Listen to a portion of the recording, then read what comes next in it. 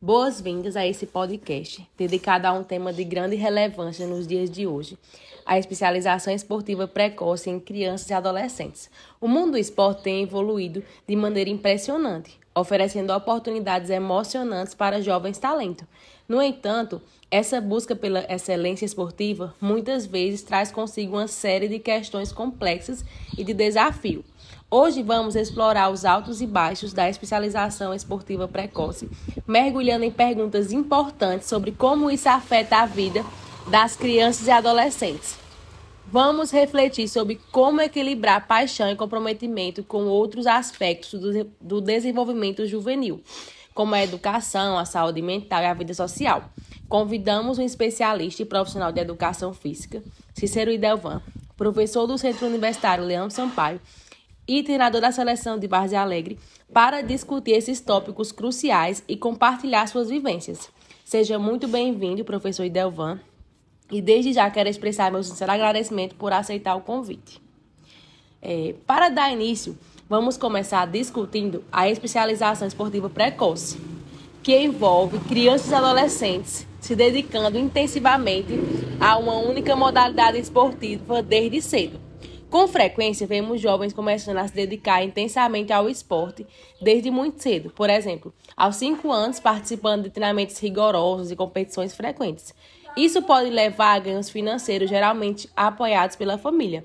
No entanto, essa busca pelo autodesenvolvimento pode acarretar desafios, sacrifício da vida social e uma pressão para manter um excepcional desempenho esportivo. Convidamos nosso especialista a compartilhar sua experiência no treinamento de crianças e adolescentes nesse contexto. Além disso, estamos interessados em explorar os benefícios e as potências e desvantagens da especialização precoce. O que você pode nos contar sobre isso com base em sua vivência e conhecimento? Olá a todos, né? Eu não sei em que momento vocês vão estar ouvindo, né? Mas desejo a todos um bom dia, né? E o que a gente tem para falar, né? A maioria dos profissionais trabalham nessa área, é que o entendimento, muitas vezes, de alguns profissionais e até da família, chega a atrapalhar a iniciação da criança ou do adolescente no esporte, né? Alguns pais acham que os filhos são habilidosos e têm aptidão física para seguir carreira, né? E muitas vezes quando procura a gente, ele já tem iniciado algum trabalho em casa, principalmente quando essas modalidades de futebol e futsal mais conhecidas, né? Os pais muitas vezes são ex-atletas amadores, a maioria, e assiste algumas coisas nas redes sociais, né? Nos YouTube da vida, e entende que o filho já devia estar praticando e, às vezes, por não entender dessa parte de desenvolvimento, de fisiologia, eles querem acarretar uma carga que não é suportável para aquela idade, para o início de uma atividade esportiva. Diante disso, quais seriam os benefícios que você poderia citar e a desvantagem de iniciar tão cedo no mundo dos esportes?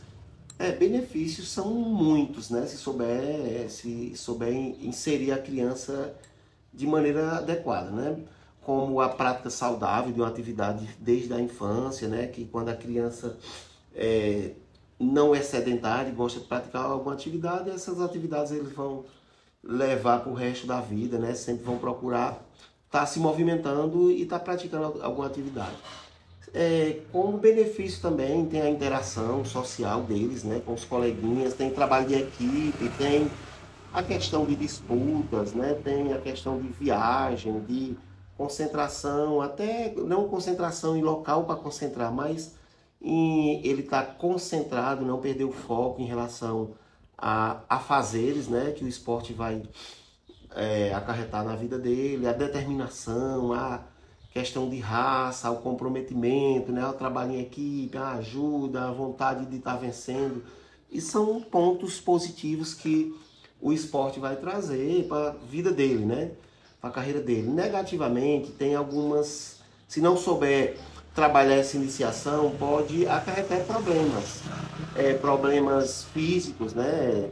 Em articulações, em ligamentos, que você não pode estar dando uma sobrecarga de treinamento na infância, né? Tem que se trabalhar muita coisa através da ludicidade, esquecer um pouco a questão de treinamento, que aí também é complicado, que quando os pais vão assistir, que eles levam o menino para uma aula, quando você bota um trabalho lúdico, ele acha que o menino está só brincando. Alguns pais que não têm esse conhecimento, eles querem trabalhos geralmente parciais, né? Filhinhas chutando bola, drible, esse tipo de coisa, que muitas vezes a criança vai desenvolver isso dentro de uma atividade lúdica. Não é o momento de fazer isso, né? De muito chute, muito pá, não, isso não é momento. Ele tem como aprender com atividades recreativas, né? E o que é negativo é porque às vezes os pais, quando tem um professor que sabe trabalhar dessa forma, né, um técnico, os pais tendem a tirar as crianças desse trabalho e levar para um que faça um trabalho voltado para rendimento na iniciação precoce. Isso complica, né? Que, além disso, tem alguns problemas. Um exemplo, se você trabalha muito voltado para esse desenvolvimento, já rendimento na iniciação, a criança tende a faltar algumas coisas, a perder algumas coisas da infância. De brincadeira, de um aniversário, não pode ir, que de repente o pai e o técnico quer que ele vá para uma competição e ele perde o aniversário dos primos, dos amigos. E a gente sabe que não é momento para isso, né? Ele tem que ter a vida social juntamente com essa iniciação esportiva. Nossos dias hoje em dia, né, são marcados por uma rotina agitada, que muitas vezes afeta nossa saúde mental e física. A vida adulta já é desafiadora por si só, com suas responsabilidades e pressões. Agora pense na mente e no corpo de uma criança, né, que se dedica intensamente a um treinamento. Diante disso, gostaria de questionar como o senhor enxerga o impacto do treinamento intensivo na vida social, educação e saúde, tanto física quanto mental dessas crianças. Como eu já tinha falado na resposta anterior, né, essa parte social do iniciante tem que ser levada em conta, né? Porque se você intensificar muito trabalho, muito treino, muito jogo e determinar que não pode faltar e tem que chegar sempre na hora correta, isso fica organizado, mas em contrapartida ele perde a parte social e futuramente você pode perder atletas, porque quando ele começa a enxergar outras atividades além do esporte, a tendência é que eles saiam da modalidade porque já está com estafa de tanto treino, de tanto exercício, e nunca brincou, não está com os amigos, não tem um tempinho para passear, para festinha, para aniversário, essas coisas que tem que ele se envolver na parte social, tanto da escola como da família, né, um passeio, esse tipo de coisa, tá?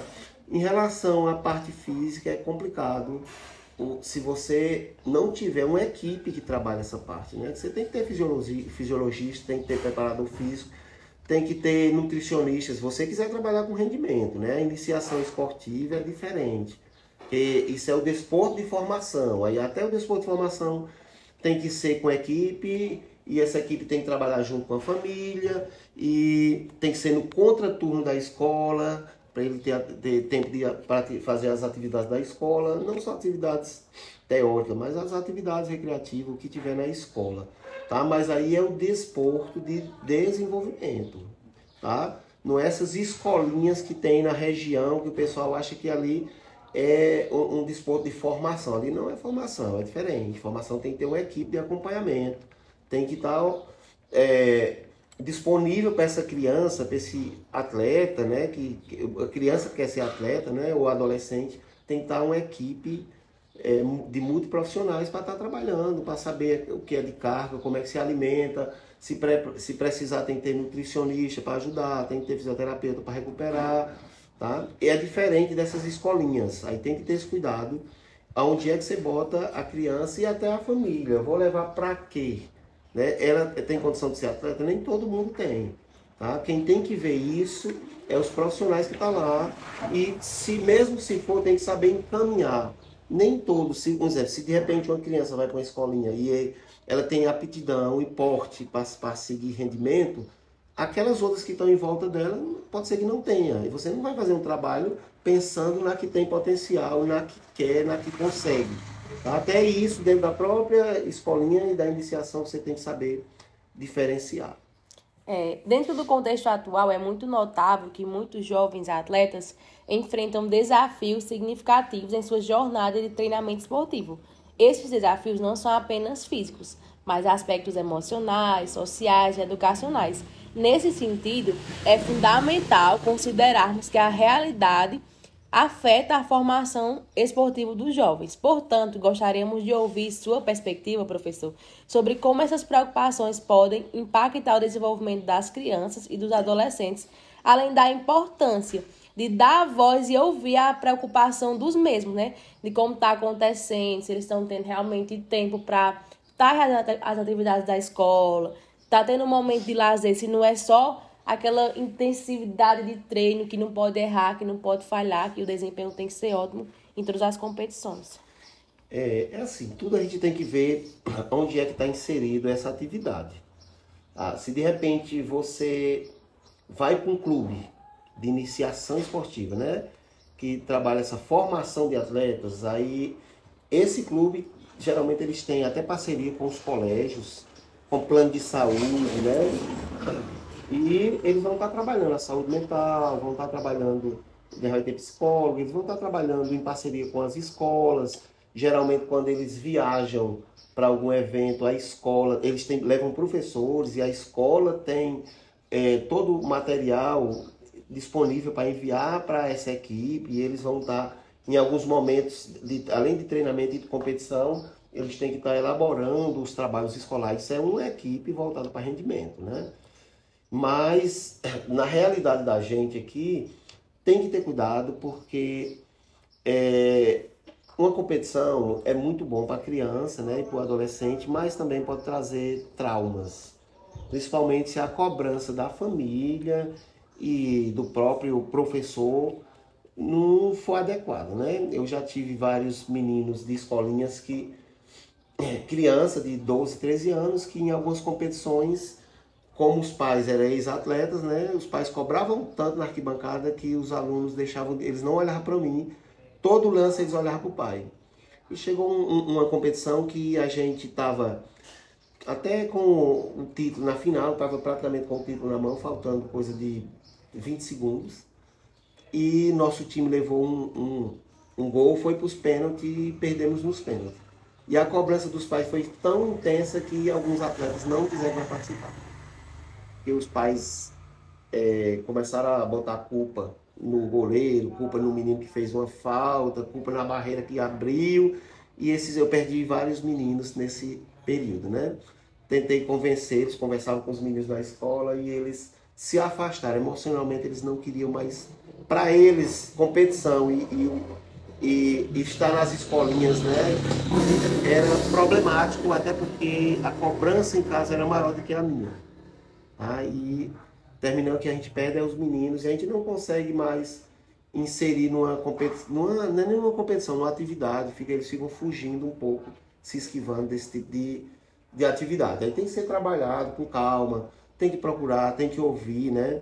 Hoje, eu tenho uma equipe de voleibol feminino, né, a seleção, e tem algumas meninas que vão chegando que tem 15, 16 anos, né? A gente tem a base, mas as melhorzinhas a gente já bota para treinar junto.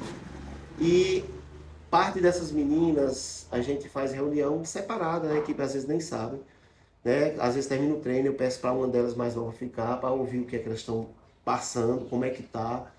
A gente formou até, né, na equipe, a gente pegou 3 meninas mais experientes para tratar esse tipo de situação, né?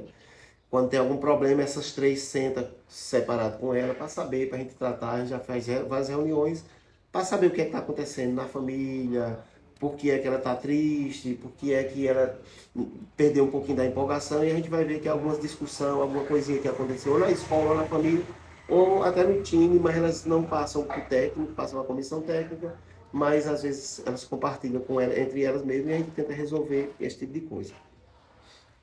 Professor, abordamos a pressão que as crianças e adolescentes enfrentam para um desempenho esportivo, que muitas vezes vem não apenas dos treinadores, mas também dos pais, que foi o que o senhor acabou de falar. Alguns pais têm expectativas elevadas e buscam o certo dos seus filhos, né? Enquanto os outros já ficam mais preocupados com os impactos e a saúde física e mental.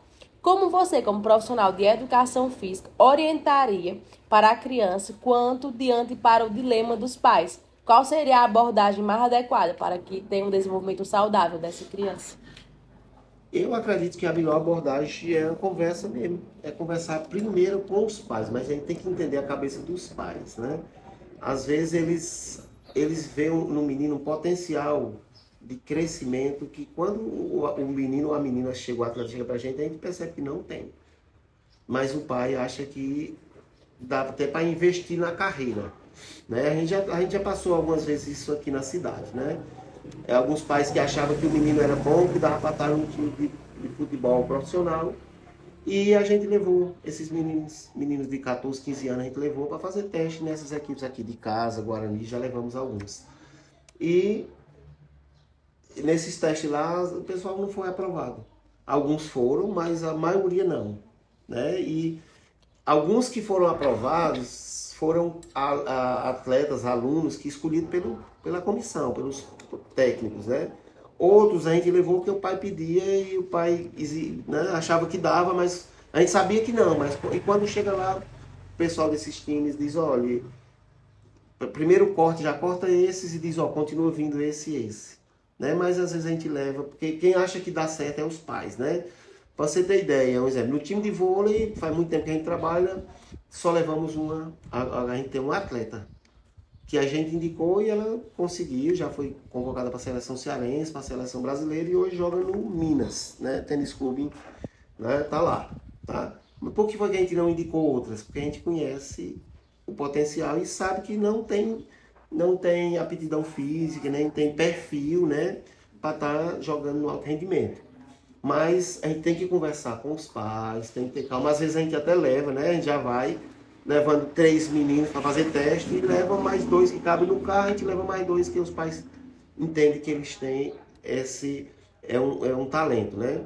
Mas é complicado. O que a gente tem que fazer, que eu acredito, é o que alguns amigos já fazem aí no Juazeiro, que quando o pai procura a iniciação esportiva, a gente já diz, olha, aqui é atividade lúdica, recreativa, e aqui a gente vai trabalhar a parte de disciplina, de recreação, de atividade física, de saúde com a criança.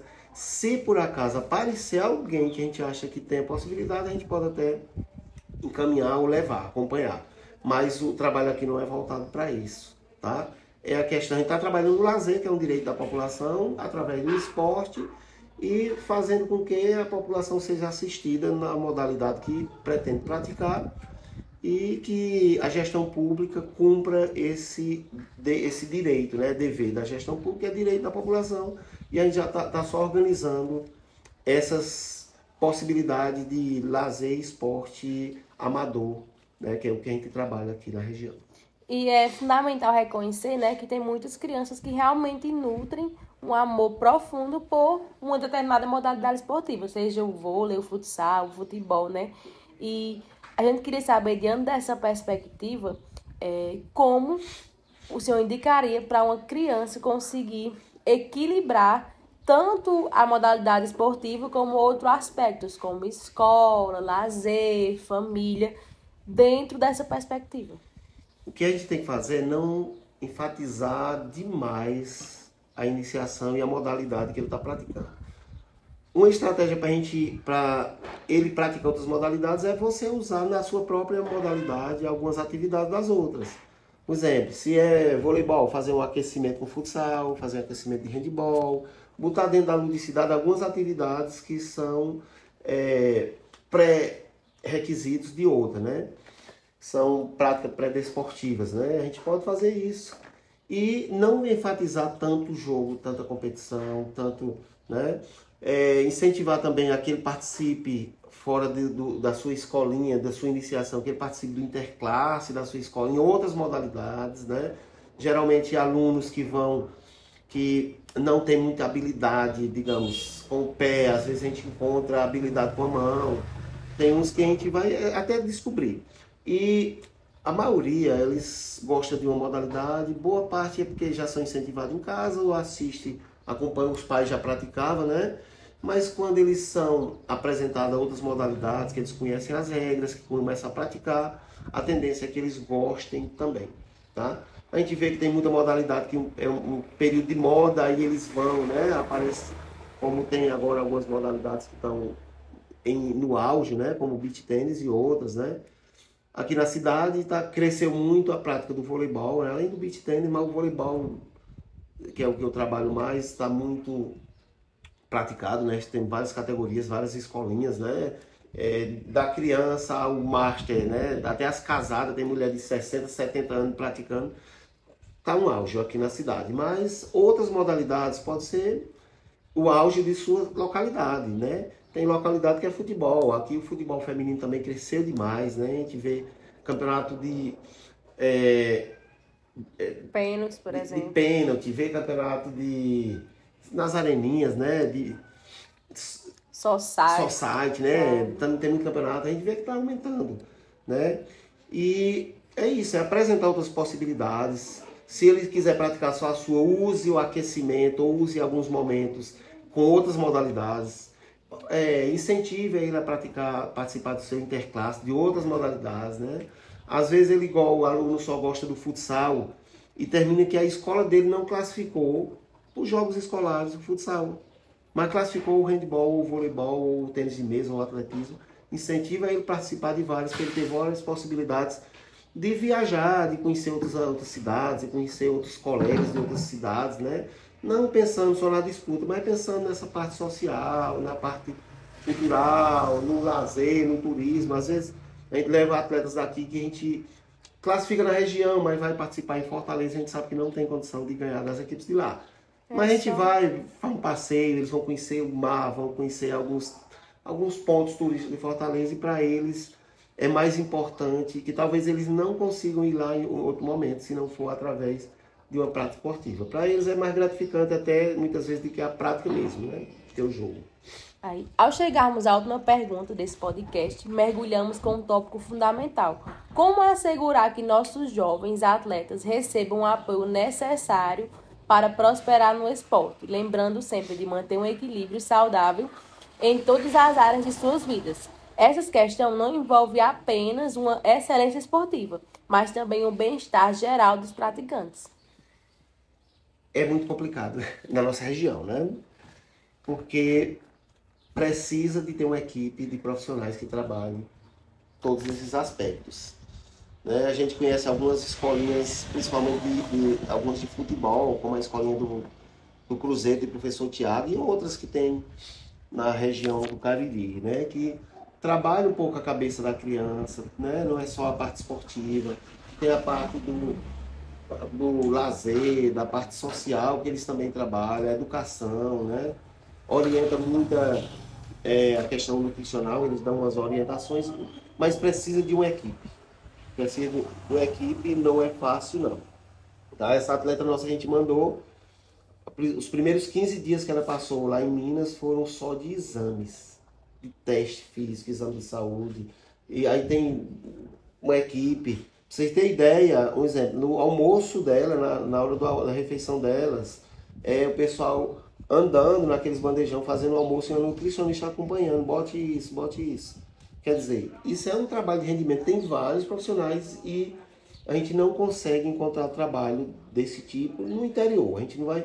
Eu acredito que até no Ceará, na capital, não é muito fácil um trabalho voltado para iniciação esportiva, trabalho de formação. A gente está falando do trabalho adulto de rendimento, que a gente sabe que tem esses clubes, Fortaleza, Guarani, Casa Ceará, esses clubes vão ter praticamente essa equipe.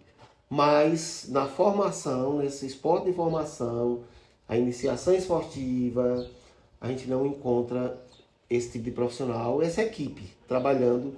Aí tem que ter muito cuidado, que a gente tem que saber encaminhar, né? Orientar os pais, acompanhar os atletas num trabalho de peneira para ver como é lá, né? Olhar onde é que vai ficar alojado, se tem essa equipe, se tem alimentação, se o lugar do alojamento é seguro, né? Aí tem que fazer esse acompanhamento para ajudar até os pais, porque eles não têm essa noção. A noção que eles têm é de atletas profissionais que saem do interior ou de uma comunidade, ganham rios de dinheiro e sustenta a família e tem um projeto social que mantém com bem 500 pessoas. Mas isso é uma realidade que o mínimo de atletas consegue, né? E a gente não pode se espelhar por isso, não. A gente tem que ver o que é que tem possível, qual é a capacidade realmente desses meninos ou meninas, né, desses atletas iniciantes, de seguir carreira, né? Eu já trabalhei com muita gente e só um que a gente encaminhou, né, para o profissional. Outros a gente levou para essas equipes profissionais aqui, ainda ficaram um tempo, né? Mas não é fácil, né? Você tem que ter cuidado para você, até porque os pais das crianças vão confiar no que você diz. Até hoje a família dessa atleta nossa que a gente encaminhou e está no Minas, tudo que vai acontecer eles ligam para mim pedindo orientação, né? Quando ela vem passar as férias eles me avisam. Eu fui quem fui com eles para tirar com ela e a família para mudar a documentação para tirar passaporte, esse tipo de coisa, tudo. Até se ela aumenta o peso, ele mandou uma mensagem para mim dizendo que ela ganhou um pouquinho de peso, né? Porque eles confiam na gente. Aí se a gente não tiver noção, o que a gente orientar, a tendência é que eles sigam, né? A gente tem que ter muito cuidado.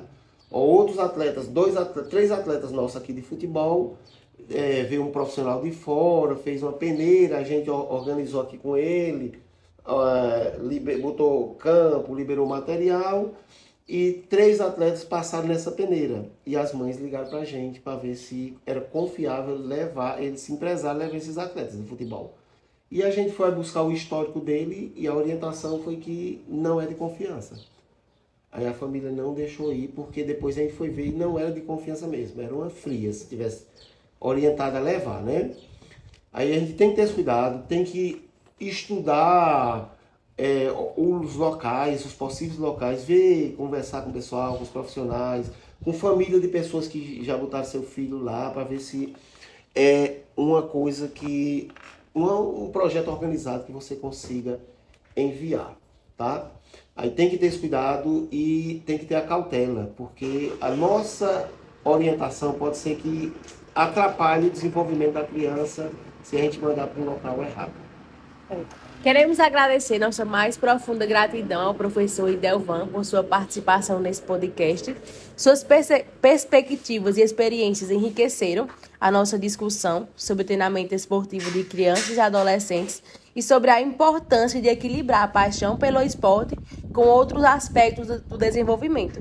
É evidente que o professor Idelvan compartilhou uma visão valiosa sobre como apoiar jovens atletas em sua jornada, garantindo que eles alcancem seu potencial, mas também desfrutem de uma vida saudável e equilibrada. Muito obrigada, professor Idelvan, por seu comprometimento em promover o bem-estar e o crescimento de nossos jovens talentos esportivos na nossa cidade. Sua contribuição é inestimável e inspiradora. A todos os nossos ouvintes, agradecemos por se juntarem a nós nessa discussão e continuaremos a explorar temas relevantes e estimulantes em futuros episódios próximos. Até a próxima.